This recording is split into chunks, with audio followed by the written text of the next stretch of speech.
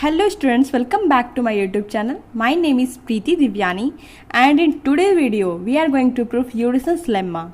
Yes, Urysohn's lemma, which is the topic from topology, especially for MSc Maths.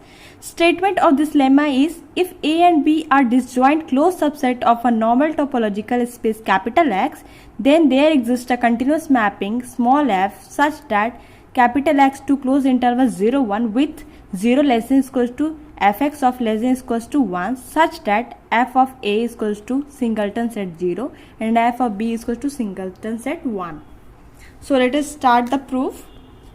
Since A intersection B is equals to phi, which is already mentioned that A and B are disjoint, closed subset.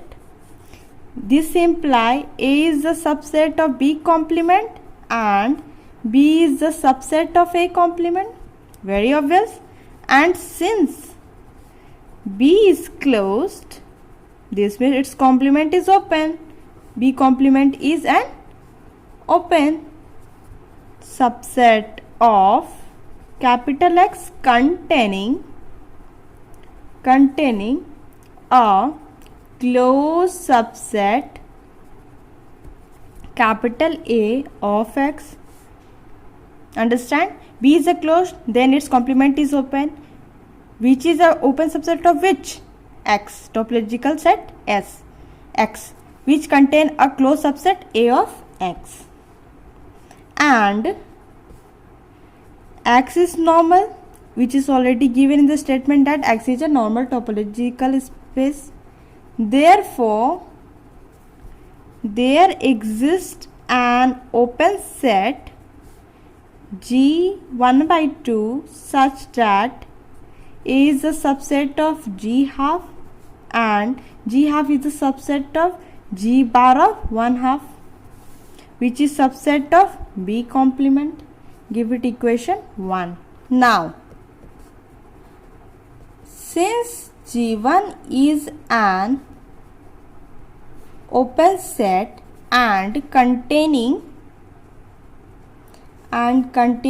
a closed set A and B complement is a closed set containing a closed G bar of half and X is normal. So I write that G1 is a open set which contain a closed set A and B complement is a closed set containing a closed set G bar of half and X is normal, which you already know that. Therefore, there exists, this is the sign for there exists, open set G1 fourth and G third 3 by 4 such that A is the subset of G1 by 4, which is a subset of G bar 1 by 4. This is a subset of G half and this is a subset of G bar half. This is again the subset of G3 by 4. This is a subset of G bar 3 by 4. This is a subset of B complement. Give it equation 2. Continuing this process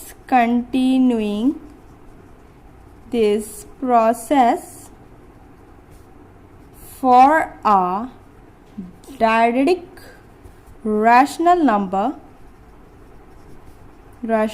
that is I is equals to m upon 2 to the power n, where n will be any integer like 1, 2, 3 dot dot dot.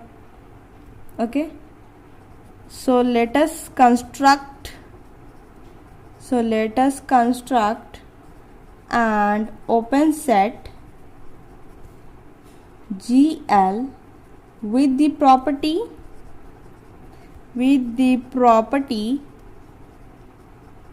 that any two dyadic rational numbers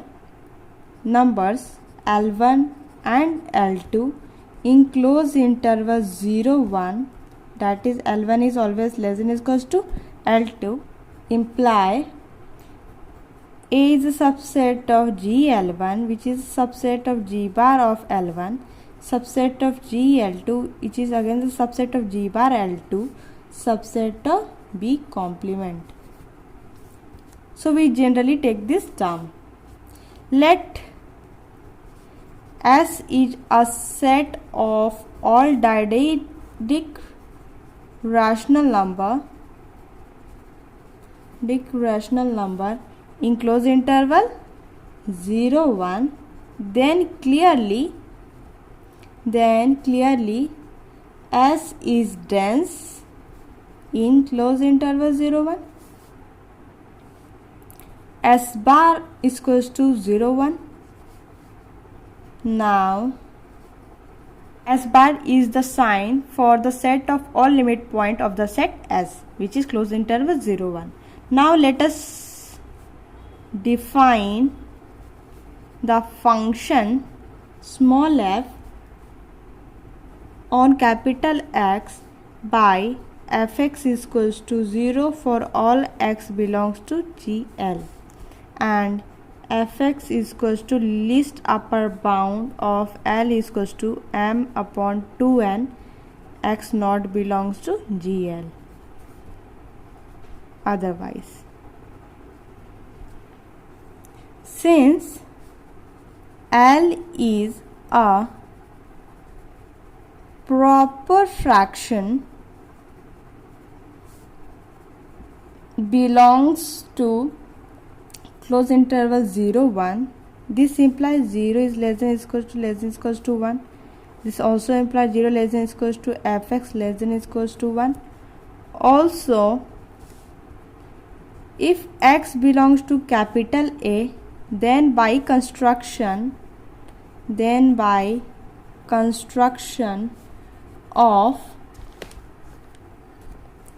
GL, x belongs to GL for all L belongs to closed interval 0, 1, and hence fx is equals to 0 from this mapping. Again, if x belongs to capital B, then as GL is subset of B complement, this implies x naught belongs to GL for any L belongs to closed interval 0, 1. Therefore, fx is equals to least upper bound of L such that x naught belongs to GL. This means least upper bound of all dyadic rational number L belongs to closed interval 0, 1, which is least upper bound of all the set S, which is 1. Okay, least upper bound of set S, which is 1. As capital S is dense in closed interval 0, 1, thus we have shown fx is equals to 0 for all x belongs to A, and fx is equals to 1 for all x belongs to capital B.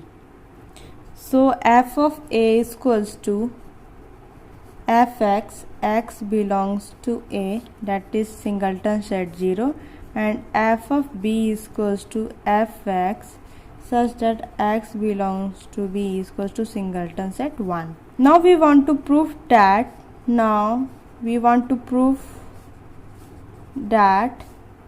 the mapping f is continuous, the mapping f from capital X to close interval 0, 1 is continuous. For this, suppose A belongs to R of 0, 1, be an arbitrarily element, A is an arbitrary element, then clearly close interval 0, 1 implies close interval 0 a open interval a 1 close interval are open set in close interval 0 1 with mutual topology, and H1 is equals to F inverse close interval 0 a open interval, and H2 is equals to F inverse open interval a 1 close interval. Then H1 and H2 can be expressed as H1 is equals to small x belongs to capital S such that f of x belongs to close interval 0 a close interval open interval, and x belongs to capital X such that 0 is less than equals to fx less than a, which is also written as x belongs to capital S f of x less than a. And by definition of f, 0 less than equals to fx less than equals to 1 for all small x belongs to capital X. H2 is equals to x belongs to capital S such that fx belongs to open interval a 1 close interval, which is also written as fx is greater than a. Now let us claim that H1 is equals to union L less than a G of L, H2 is equals to union L greater than a G L bar complement. Since for any x belongs to H1 imply fx is less than a if and only if x belongs to G of L for some L less than a. This implies H1 is equals to union L less than a G of L. Again for x belongs to H2 imply fx less greater than equals again for x belongs to H2 imply fx greater than a if and only if x not belongs to GL. For L greater than a if and only if x belongs to GL bar का complement. If and only if x belongs to union L greater than of L GL complement. Since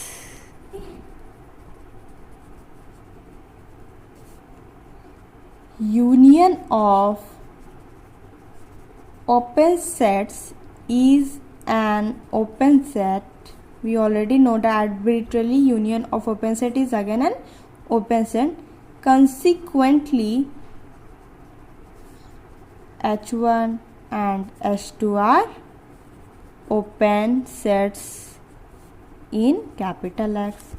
This implies F inverse close interval 0 to a open interval and F inverse open interval a 1 close interval are open sets in capital X whenever close interval 0 a open interval and open interval a 1 close interval are open sets in close interval 0 1. And by characterization of continuity in terms of open sets f(x) to close interval 0 1 is continuous mapping, which is a Urysohn's lemma. If you like the video, please hit the like button, subscribe my channel and support us and the whole team. Thanks for watching this video.